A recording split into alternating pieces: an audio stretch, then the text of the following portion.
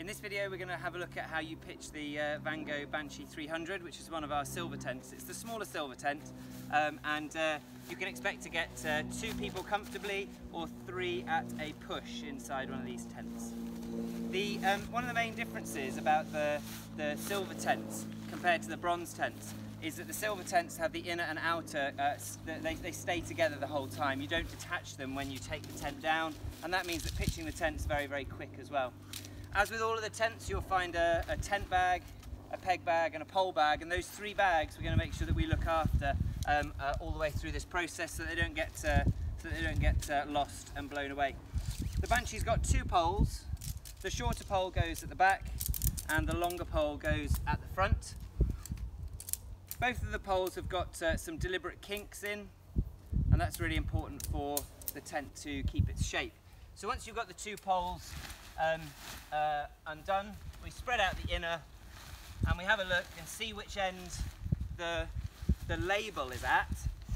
The label is going to be at the front end of the tent, and it's an important opportunity just to check, as always, that the inner is done up and the outer fly sheet, all the zips are done up before you pitch the tent, okay?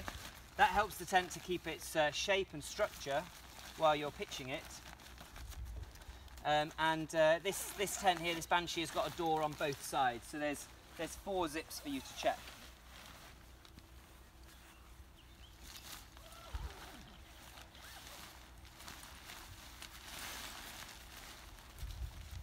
Now it's useful at this point just to stick a few pegs into some of the attachment points, because that will help the tent to kind of keep its footprint while we stick the poles in, okay, so that you're not constantly wrestling the tent against the poles.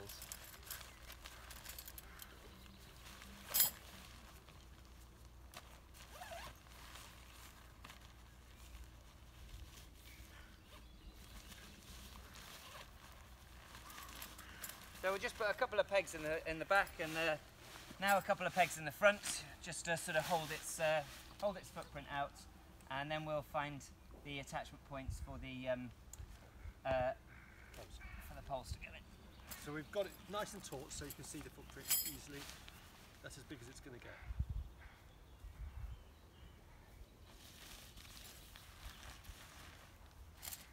Okay, so the pole sleeves can be located just here, and we're going to feed the poles in. When moving poles through, when pushing poles through the tent, you always want to make sure you push them and not pull them.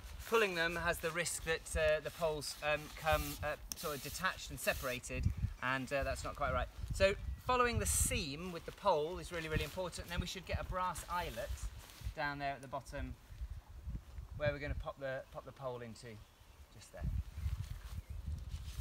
Once we've got it secured on one side, we can then push the pole into the tent and find the brass eyelet at the other side, and that goes in there like that. And then we can do the same with this pole, which we'll push in from that side. Now, sometimes what happens, let's just pause there for a second. Sometimes what happens is this black strap ends up on the top of the tent, and this is one of the tension straps which needs to go underneath the tent. So what we're going to have to do is just take out our pegs there, pop that tension strap underneath, and then peg these back out again, like that. And then we'll carry on with that pole. The pole's the same length? This pole here is the shorter pole at the back of the tent. So and it's got a grey tag here, so you can see it's the shorter one. So we've got colour coding on the tent to match the poles.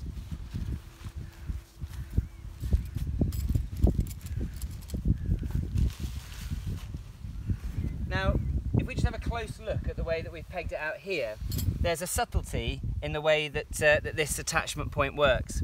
So if you peg out the very end of this bit here, it will still work, but just like the strap on a rucksack, this is actually adjustable and can be used to provide a bit of extra tension, which can help you to make sure that the tent stays fully taut and keeps you completely dry. So by pegging out this loop here at the back of the buckle, again pushing our tent pegs in at a 45-degree angle so that they stay nice and secure and don't get pulled out, what I can actually now do is to pull this strap here to provide some extra tension into the tent like that. Now's a good opportunity just to check that everything's nice and taut as we put some more pegs in on both sides. And here's a loop, we're going to peg that in at 45 degrees like that. Again, if you're struggling to get the tent pegs in, just like we saw in the bronze force 10 clip, holding the pegs secure like this and then using the toe of your foot just to provide a bit of extra pressure at that 45-degree angle works well there.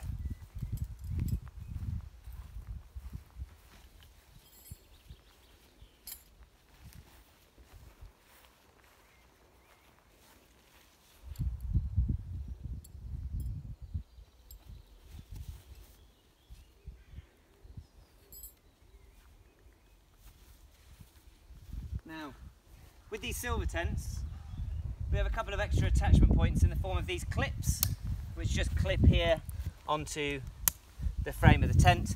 And then these guy ropes can be pegged out like this. The adjustment point for the tensioning of the guy rope is here.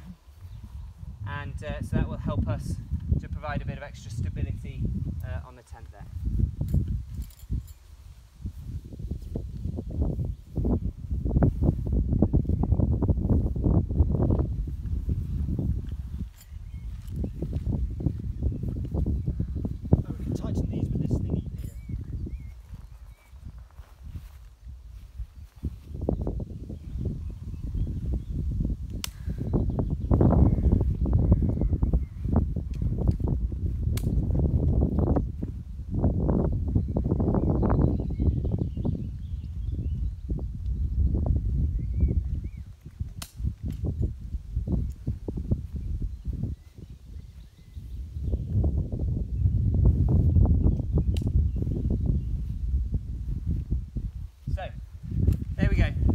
Vango Banshee 300 pitched.